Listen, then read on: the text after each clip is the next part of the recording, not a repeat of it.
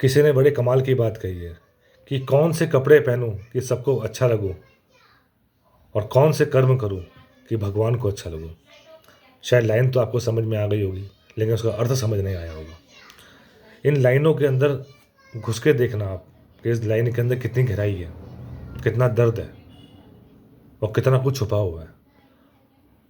कई लोग हम में से बहुत लोग परेशान हैं। कोई नौकरी से परेशान है, कोई बिजनेस से परेशान है, कोई घर से परेशान है। कोई ना कोई आदमी किसी ना किसी चीज़ से परेशान रहता ही रहता है। लेकिन सबसे बड़ी चीज़ क्या, सबको क्या चाहिए? सबको चाहिए शांति। और शांति कैसे मिलेगी?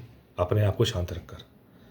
हम ये कहते हैं कि हम उसको मार देंगे, उसको बर्बाद कर देंगे। नहीं दोस्तों, मत करना कभी चीज़ें, कभी बिल्कुल मत करना। क्योंकि मेरी एक लाइन है, वो हमेशा आप याद रखना कि दूसरों को जलाने से पहले आपको खुद जलना पड़ेगा। क्योंकि दूसरों को जलाने से पहले खुद क्यों जलना पड़ता है? क्योंकि मन में पहले आप खुद क्रोध पैदा करेंगे कि मैं इसका ये कर दूंगा, मैं इसका वो कर दूंगा। इसलिए दूसरों से को जलाने से बढ़िया अपने अंदर की जो ज्वाला है उसे शांत करो। कुछ टाइम लगेगा, महीना, 2 महीना, साल, 2 साल भी लग सकते हैं।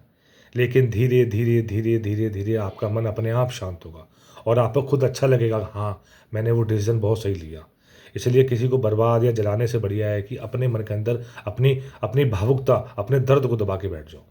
धीरे धीरे सब ठीक होगा। जब वक्त आएगा तो जवाब देना, जब वक्त आएगा जवाब देना। लेकिन इस वक्त के अंदर अपने आप को मजबूत कीजिए। अगर आप अपने आप को मजबूत कर पाएंगे तो दूसरों को दिखा पाएंगे कि मैं कुछ कर पाया। अपनी सारी एनर्जी किसी को बर्बाद करने में, जलाने में लगा दोगे तो कुछ नहीं कर पाओगे।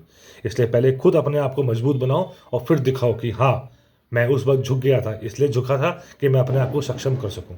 इसलिए दोस्तों आपसे कहता हूँ, फालतू की चीज़ों में बिल्कुल मत पड़ो, किसी के बहकावे में बिल्कुल मत आओ। सिर्फ और सिर्फ अपने आप को मजबूत करने में लगाओ। मैंने भी झेला है वो चीज़ें, मैंने भी नोट करी है, मैंने देखी हैं चीज़ें। मैं भी चाहता था कि लोगों को बहुत कुछ कर सकूँ, लेकिन नहीं, मैंने नहीं किया।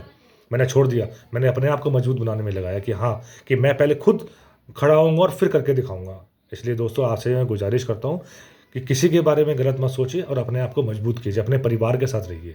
परिवार के साथ समय बिताने में ही जो मज़ा है वो कहीं पर भी नहीं है। हम सोचते हैं कि सारी खुशियाँ इस घर के बाहर है। नहीं दोस्तों, सारी खुशियाँ इस घर के अंदर ही हैं।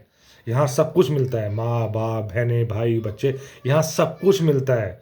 एक आपकी बीवी भी आपकी दोस्त बन जाती है, एक बीवी भी आपकी माँ बन जाती है, एक बीवी भी आपकी छोटा बच्चा बन जाती है आपको सँभालने के लिए। आप एक बार परेशान होकर देखिए, घर के अंदर सबसे ज़्यादा आपका साथ देने वाली आपकी बीवी होगी। अगर आपकी बीवी शादी शादी नहीं हुई है तो आपकी माँ होगी, आपका छोटा भाई होगा, आपकी बड़ी बहन होगी। सब लोग घर में हैं। कहते हैं कि जब आदमी का बुरा वक़्त आता है तो घर में ही वक़्त बिताता है। अगर आदमी का बुरा वक़्त होता है तो घर में क्यों बिताता है? क्योंकि उसे पता है कि ये घर ही है जो मुझे बचा सकता है। यही मुझे सँभाल सकता है। बाहर वाले नहीं सँभालेंगे, बाहर वाले सब अभी तरक्की को सँभालेंगे। आप तरक्की करके देखिए, लाइन लग जाएगी गाड़ियों की, आपके दोस्तों की, आपके मित्रों की और आपके इन्विटेशंस की। लेकिन जैसे ही आपका बुरा वक़्त होगा कि क्या होगा? सब छोड़ जाएँगे आपको, अगर बुलाएँगे भी नहीं आपको। और कौन साथ देगा? आपके घर वाले।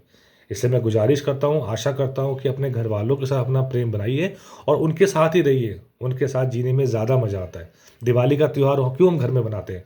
क्योंकि खुशियों का त्योहार घर में ही मनाया जाता है। और ये खुशियाँ हमारे घर में ही हैं। घर के बाहर खुशियाँ नहीं हैं। घर के बाहर सिर्फ भाग-दौड़ है।